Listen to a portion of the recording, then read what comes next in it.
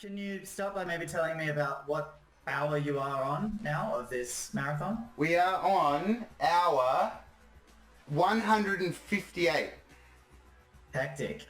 And I tuned in a bit earlier today and I saw you put baking paper in the fridge. So like, are you doing all right? Oh, I've at lost this my point? goddamn mind. No, I mean, I think that's just me in general. But enough. it's certainly heightened it, my absent-mindedness. But it's good, man. We just did a little kettlebell workout. We've been going for walks. We've been eating quite healthy. It feels really good. And it's just cool because we're in lockdown anyway. What are we going to be doing? Yeah, exactly. How long do you expect this to go? Like as long as the Melbourne lockdown or forever, maybe? It's really up to them at this point. They are in complete control of the situation. So every sub currently adds 4 minutes and 20 seconds to the timer, and Yeah, beautiful. because that's the sex number. We all know that. Yeah. And so every sub has 4 minutes 20, and that's it. So the clock counts down. The other day we got down to 1 hour left on the clock, and then we jumped back up to like something absurd. I can't remember. What did we jump back up to, chat? I can't remember. It was like 36 hours or something, from 1 to 36. Yeah, hectic. Because when I think I jumped in twice earlier, and the first time I did, it was 1 hour and something.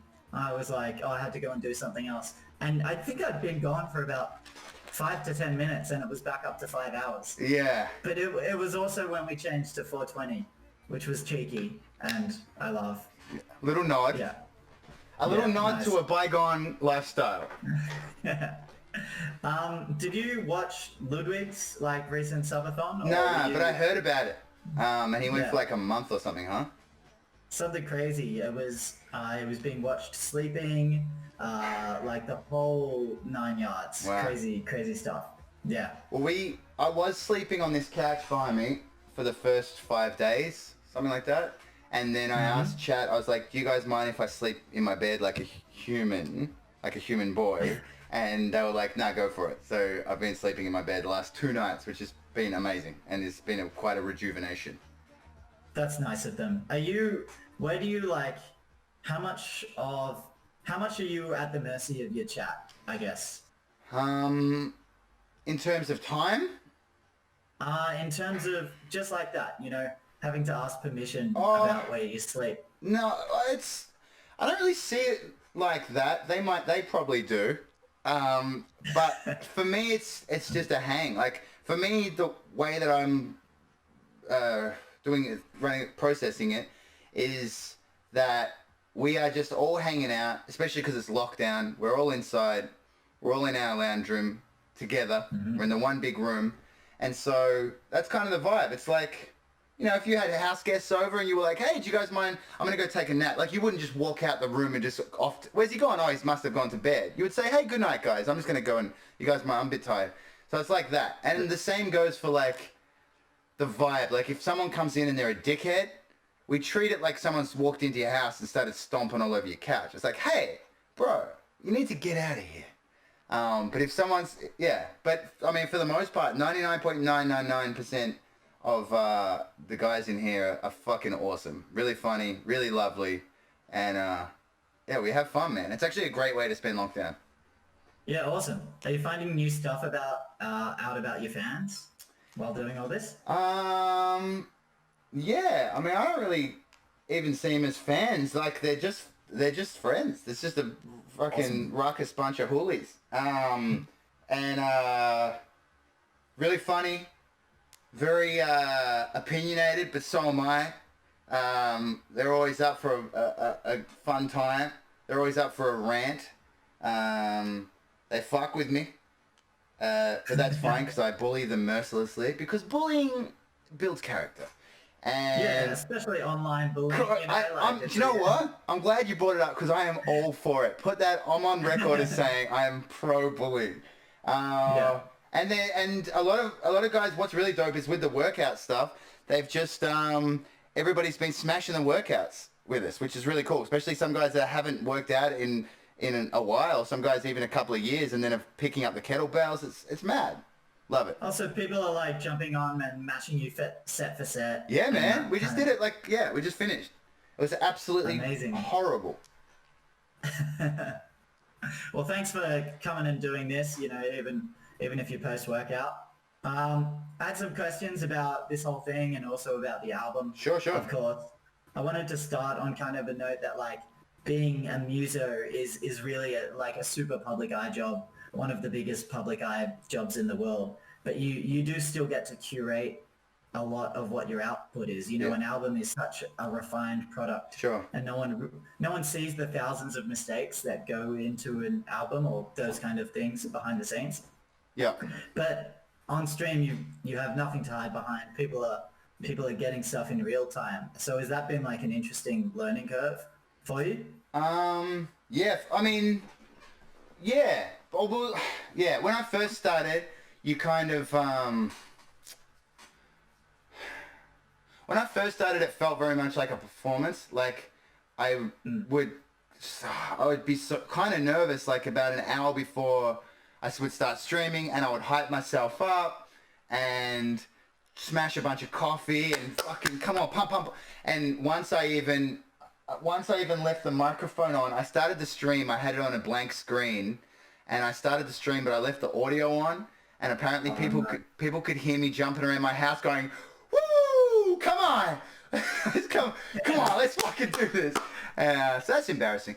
But as it went on, I just feel more and more comfortable with it. And now, of course, doing 158 hours, it's like, I don't really care. You cannot embarrass me anymore. Like, this is just, yeah, it just feels like hanging out with, it's as like scary as it is like hanging out with your best friends, you know? It's super easy, super relaxed. Yeah, it's mad. I love it. But you're right. Like when you're just making music, you certainly like curate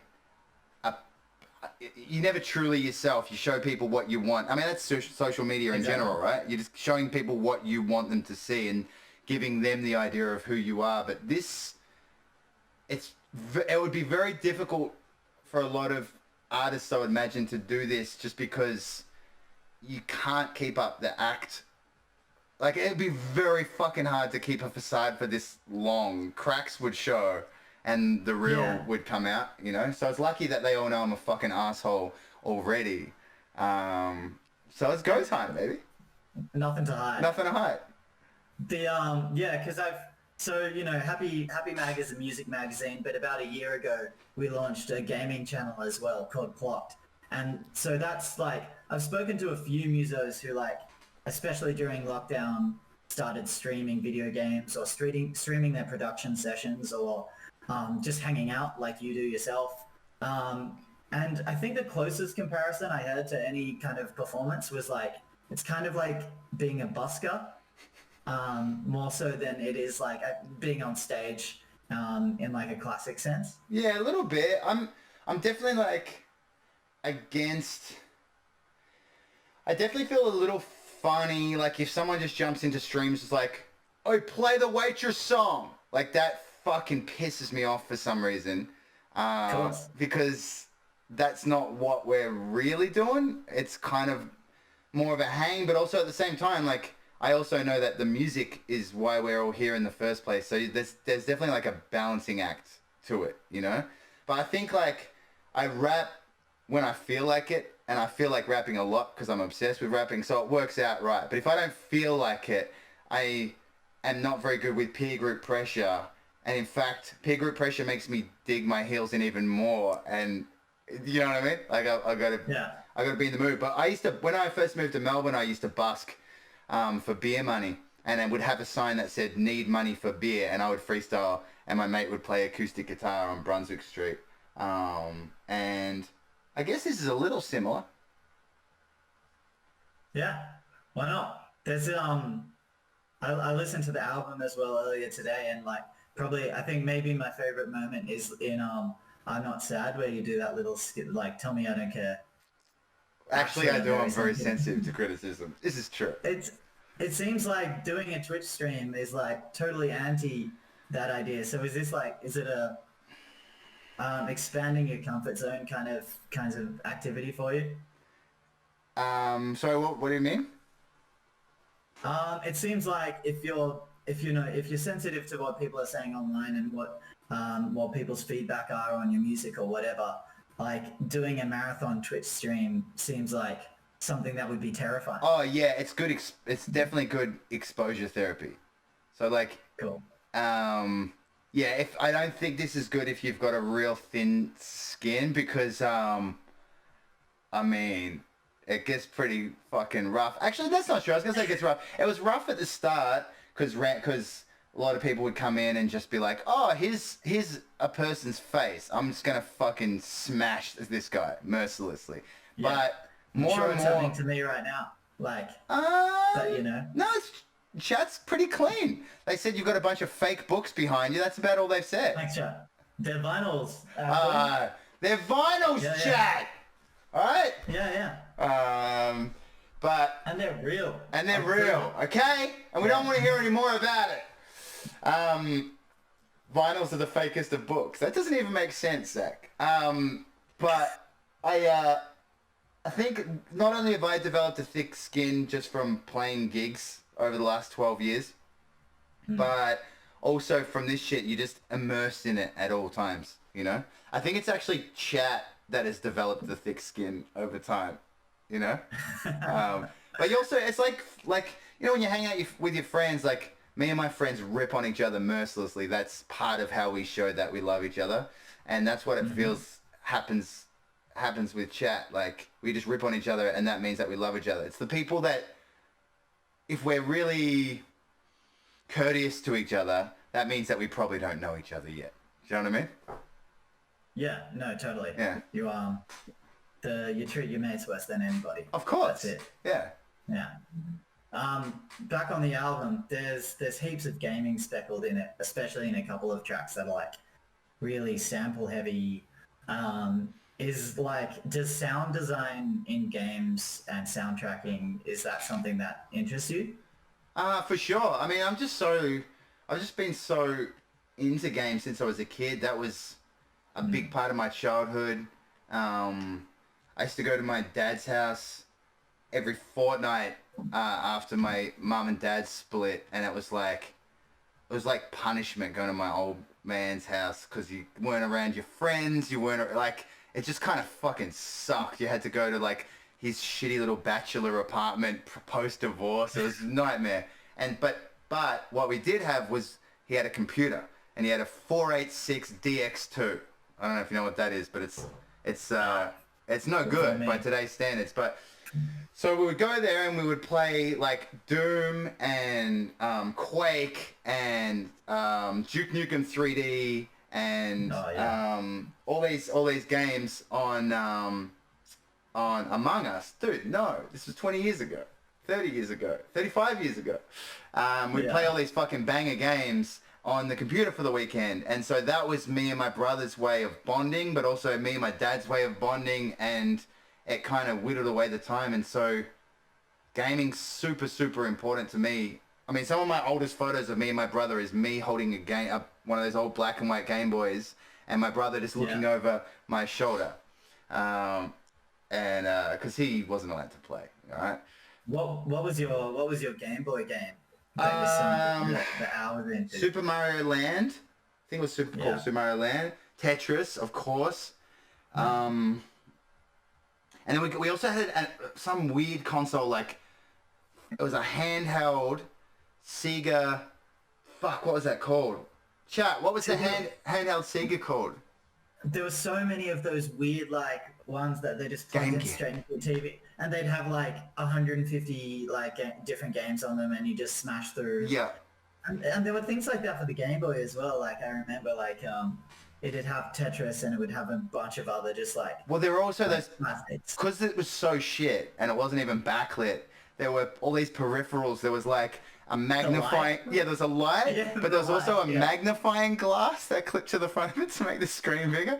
It's real cheap shit. Did you ever have the camera one? The like. Nah, what was the camera one? It was like a selfie camera for the Game Boy. Oh, and it would nah. give you like Yeah, and for these like non-backlit ones either, it was like these crazy, shitty selfie cam. What was the point of the It's camera though? you could just save photos that you took on your Game Boy. But why would that need to be attached to the Game Boy itself? Couldn't you just...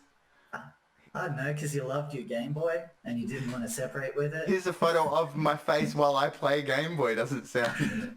Well, the camera was the game. That's the thing. You couldn't even do it while you were playing other shit. Like, Oh, that wow. was the game. Amazing. You go and, yeah. Yeah, it was a good Early time for shit. games, and then the Sega Mega Drive was just a fucking revelation, and that's when you got your Toe Jam and Earl and your Prince of Persia and your Lion King and all these platformer games that was just fantastic. So yeah, that, and then Nintendo 64 again changed the game, but like, I don't know, yeah, gaming's super important to me, and so when it comes to like rapping, it's hard for me not to include rap.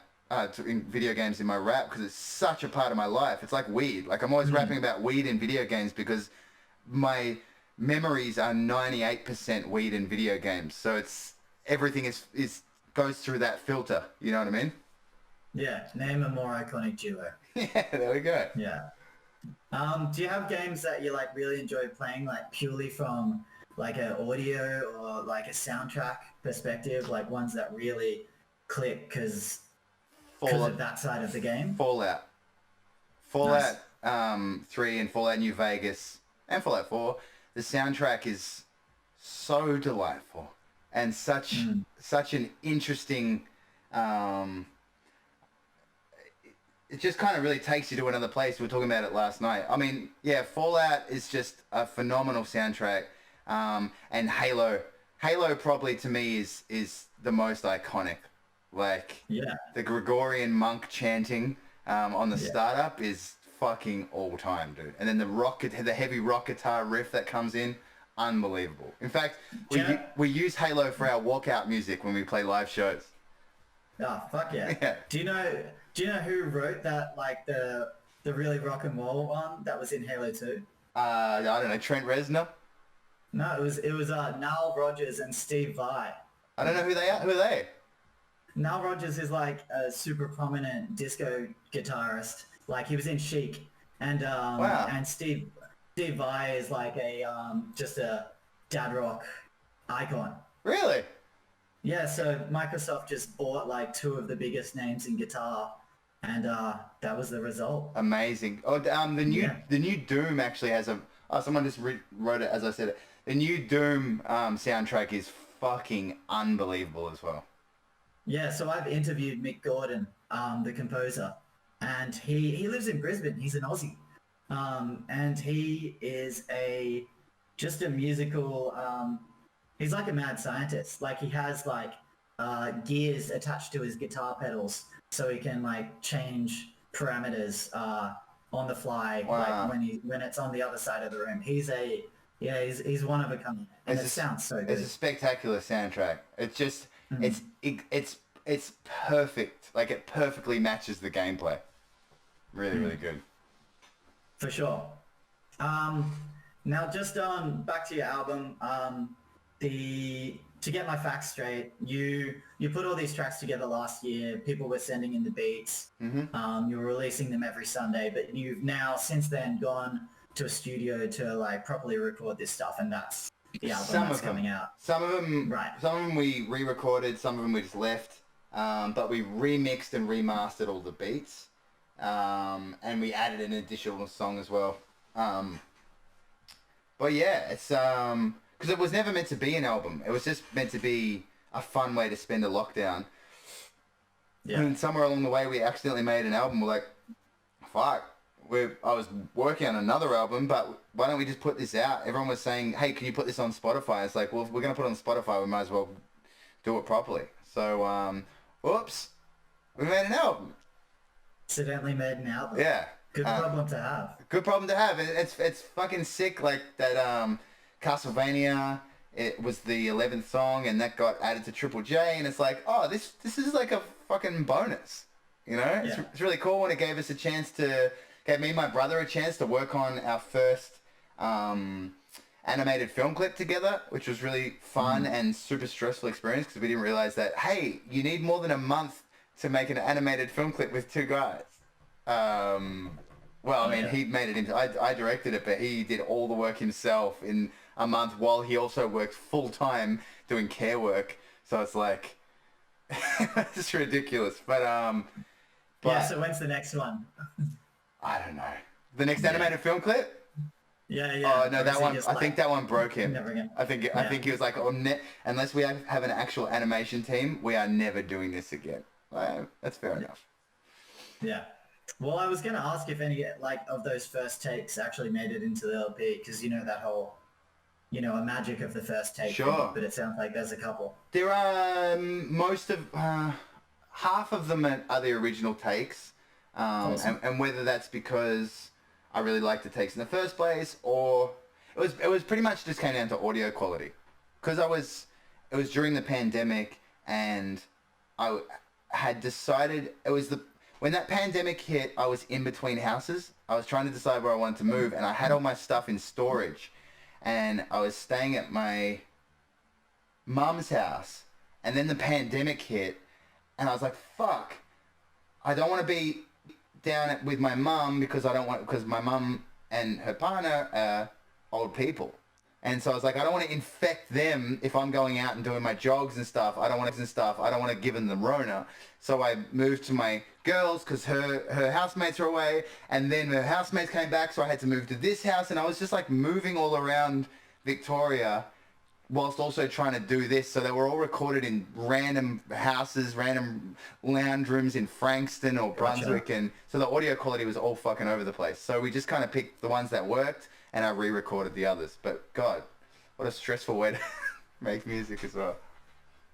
Yeah, well, yeah, it's amazing that you pulled it together, given everything that was going on. Yeah, it came out good, man. I'm really happy. And it gave us also a great chance to connect with the dude that does all the album artwork as well, Jaggy, who I just love working with, and yeah, it's been fucking sick. Yeah, awesome, man. Well, that's about all I had. Thanks heaps for doing the interview. Thank you, bro. First on-air Twitch live video interview. We did it. It's cool, right? How many people are watching? Chat. How many viewers we got? I can't see from my end. Neither can I. I'm gonna watch this back because I'm like I want to watch the chat replay. Yeah, you can chat. We got 260. There we go. Beautiful. We did it. Well, thanks everyone for tuning in. That's good fun. Thanks, brother. Good to chat.